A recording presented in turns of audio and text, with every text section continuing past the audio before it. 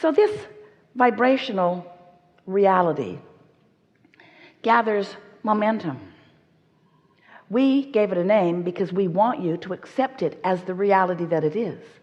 Because this vibrational reality that we are calling your vibrational vortex, or your vortex of reality, or your vortex of creation, we call it everything that we can think of in order to get you to accept that it exists.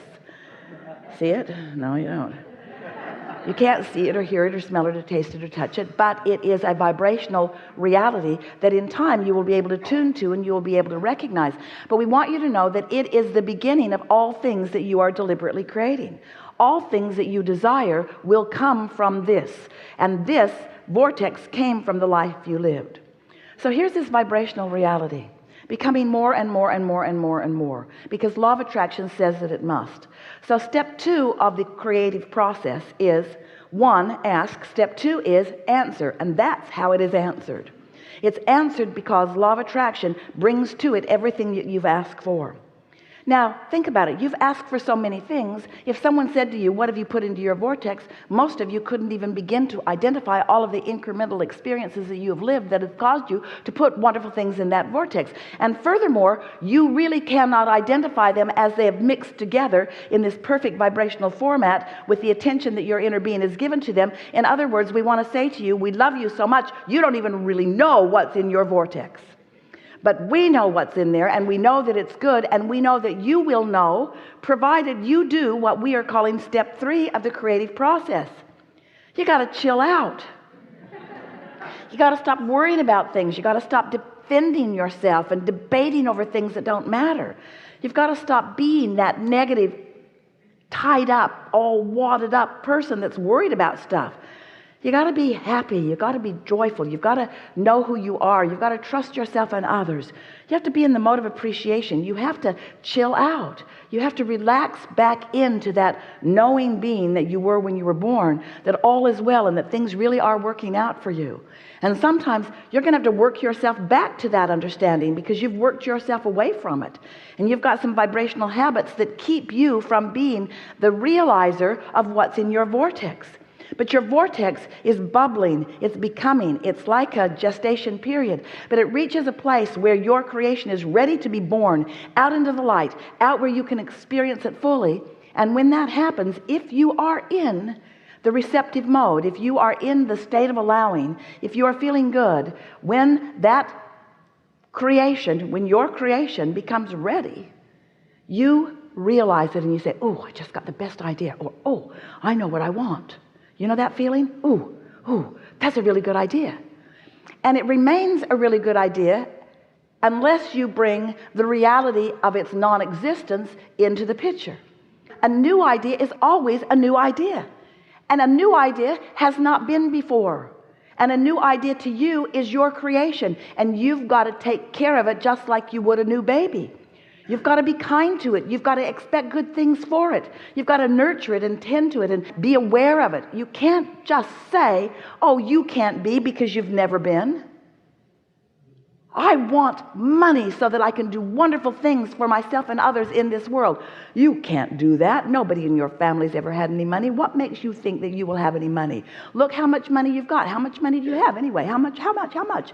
These are the thoughts that are going through your mind, and that's not taking care of your baby.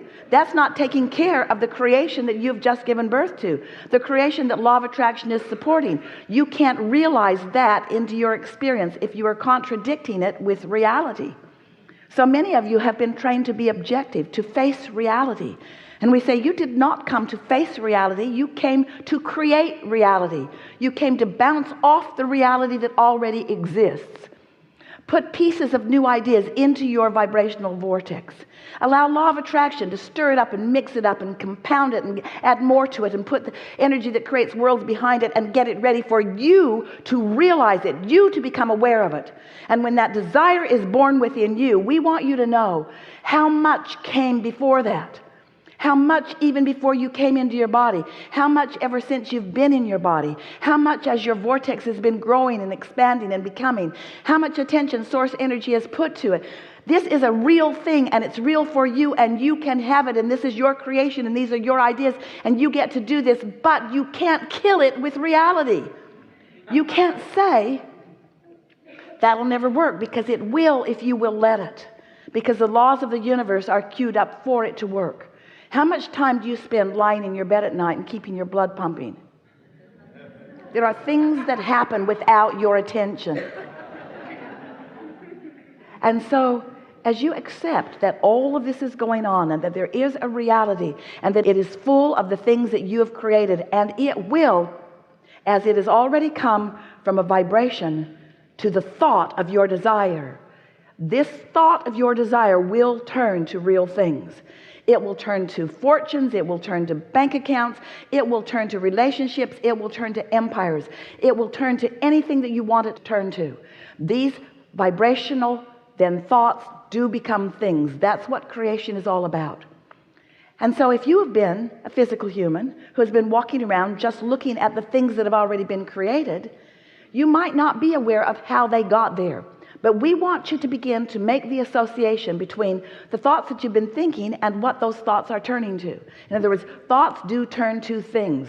This is the creative process.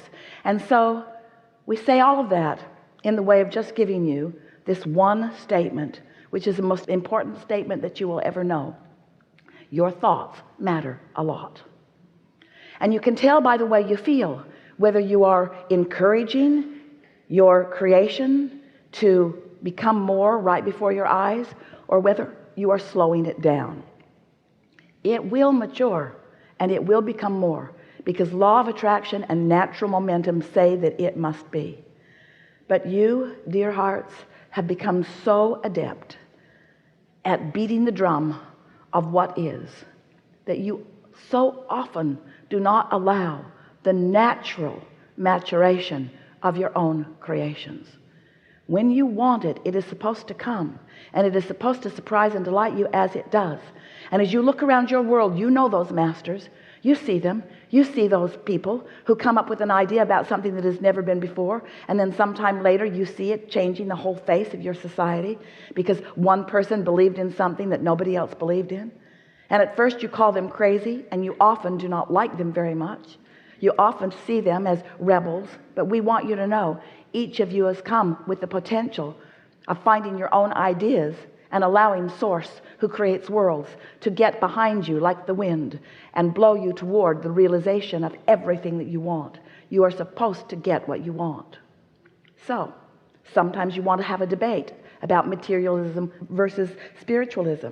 Am I not supposed to be more spiritual? Should I be caring about these things? And we say, that's a good point. When you care about things that you can't figure out how to get, you actually work in contradiction to your own allowing the thoughts to turn to things. But there is nothing that is more spiritual than the material things that are around you, because they are the leading edge of creation. And so if you will come to realize that you are a creator, but if you will put your emphasis upon how you feel, that's how you tend to the nurturing of the beginning of those thoughts. And if you care about how you feel and you allow yourself to hold that thought, it will become a reality. It is our promise to you. Esther's husband, Jerry, he made his transition about 4 years ago. But when Esther met him, she was so exhilarated by knowing him, because he already somehow had come to understand that thoughts do turn to things. And she watched him through the years that she was with him, over 30. And she noticed that when he had an idea about something, he often didn't talk about it to her in the early stages. And she always thought that was odd. At first it really bothered her. You know, you need to let me in on these things in case I don't want to do them. And he would say, precisely. Why would I talk to you about something before I have enough momentum that you can't stop it from happening? And Esther thought, that's tricky. I don't know if I like that very much. But she really had no choice, because Jerry was very private about things, very contemplative. She'd see him sitting at his desk, and he'd be sitting, and he'd have his notebook out on his table as if he was going to write something really profound and important. And she would look sort of as she was walking by, she would realize that nothing was written, but that he was deep in thought. And she used to call him the contemplator, because she could see that he was contemplating. And as time went by, she knew that it wasn't really very nice of her to interrupt his contemplation, because if she would say, what are you thinking about? He would say to her, that is really not any of your business. And she would say, all righty then. I'll go do something way more fun than what you're doing. But later, Jerry wrote a paper, and he called it, Keep Your Ideas to Yourself Until They Are Fully Developed. Because he knew, innately, he knew that if his idea was allowed to be nurtured by the absence of resistance, that the energy that creates worlds would infuse it and support it, and that things, wonderful things, would come as a result of that. You all were his idea. He knew when he found Abraham flowing through Esther that this was something worth hearing. And Esther said, if you tell anyone, I will personally kill you. Because she thought this was weird then. 1985 felt weird. Felt really weird. She knew infinite intelligence was flowing. She knew how good it felt. She could feel the power of it unquestioningly. She knew the value of it as they began applying it to her life. She was worried about what people would think of her if she were to allow something so unusual and so magnificent to occur. So Jerry kept her promise for a little while. And then one day, he opened his big mouth and said to an influential person who was gathering quite a lot of number of people to a conference, would you like to meet Abraham? And Esther looked at Jerry, and if looks could kill, he would have made his transition in that moment. She could not believe that he was following his dream. She could not believe that the impulse was so strong within him that even though he honored her, and even though he knew that she really did not want to have you see her do this, he knew the importance of it. And so what we're getting at here is that there are all kinds of things that you want that you're not even willing to admit that you want because there are resistant ideas around it. You don't want to be seen as weird. You don't want people to really know who you really are. You don't want to be the odd one out. You don't want to be criticized. You don't want to be misunderstood. Maybe you don't want to find failure. There are so many reasons that you don't allow yourself to allow what's in your vortex to grow and evolve and give you the joyous life experience that you were born to live. We just want you to know you were born to live it. And we think it's time for you to come out into the light and allow the desires that are yours to come to full fruition, where others can see them, whether they like to see them or not.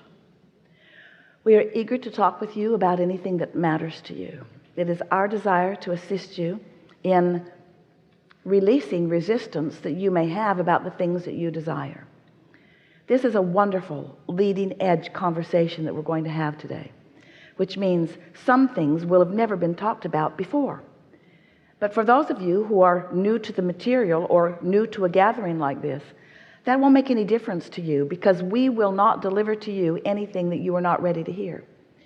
We will give you a vibrational basis, and already have done that mostly. And it's our knowing that you're going to be up to speed with the things that we are talking about. And it's also our knowing that you are forever changed as a result of this vibrational conversation. Things will begin working out for you even better than before, because of the resistance releasing that is taking place